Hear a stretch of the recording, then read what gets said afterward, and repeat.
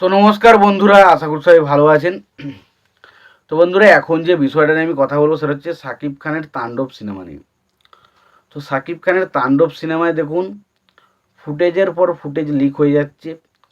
সাবিলা নূর এবং সাকিব খানের ফুটেজ বারবার করে লিক হচ্ছে। তো এটা নিয়ে কিন্তু অনেকের মধ্যে প্রশ্ন চলে এসছে। অনেকে বলছে নাকি ফুটেজ লিকটা যারা মেকার্স রয়েছে না, ছবির যারা ছবির সাথে যারা যুক্ত রয়েছে তারাই নাকি এই বিষয়টা লিক করছে।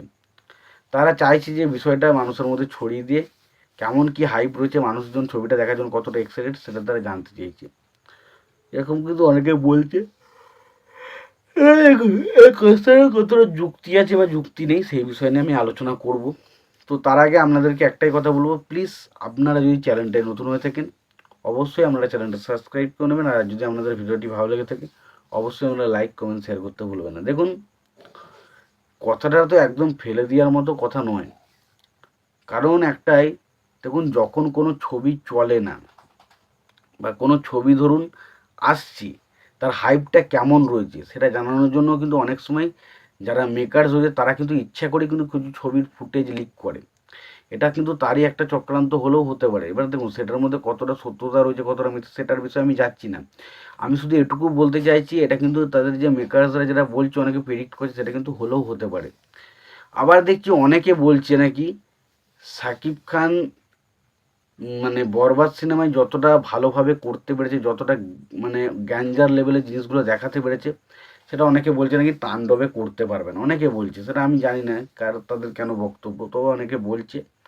কারণ তারা বলতে চাইছে যে রায়হান রাফি তিনি একটা কম বাজেটে যে ধরনের ধরুন রিয়েল স্টোরির মাধ্যমে যে গল্পগুলোকে সেগুলোকে একদম দারুণভাবে প্রেজেন্ট করতে পারেন, বাট লার্জার দেন অ্যাকশন সেগুলোকে কিন্তু তিনি খুব একটা ভালোভাবে প্রেজেন্ট করতে পারেন না। অনেকের বক্তব্য, তারা বলছে নাকি তুফানের কথা বলতে গেলে তারা বলছে তুফান ছবিতে অ্যাকশন দেখিয়েছে কোথায়, সব তো মানে 420-তে চালিয়েছে, এরকমভাবে অনেক ভাইয়ের কথা বলছে। তাই অনেকের মতামত যে সাকিব খান আদৌ কি, সাকিব খান এবং রায়হান রাফির জুটি তাণ্ডব কি আদৌ ভালো কিছু করতে পারবে, এরকম কিন্তু নিয়ে কিন্তু একটা প্রশ্ন কিন্তু একদল মানুষ করছে। এবার দেখুন তারা আসলে কারা, তারা আসলে সাকিব খানের ভক্ত কি ভক্ত নয় সেই বিষয় নিয়ে আমি যাচ্ছি না।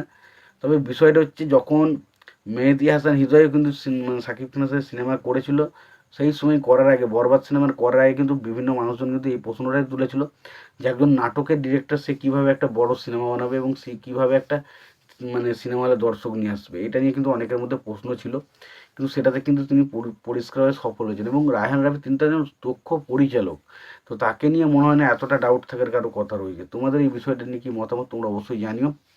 আর তাণ্ডব ছবিটার বিষয়ে তোমরা কতটা এক্সাইটেড তোমরা অবশ্যই কমেন্ট বক্সে কমেন্ট করে জানিও। ভিডিওটি ভালো লাগলে লাইক কমেন্ট শেয়ার করে দিও। চ্যানেলটা নতুন হয়ে থাকলে অবশ্যই তোমরা চ্যানেলটা সাবস্ক্রাইব করে নিয়ে পাশে বেল আইকনটা অবশ্যই প্রেস করে দিও। ভালো থেকো, সুস্থ থেকো, দেখা হচ্ছে।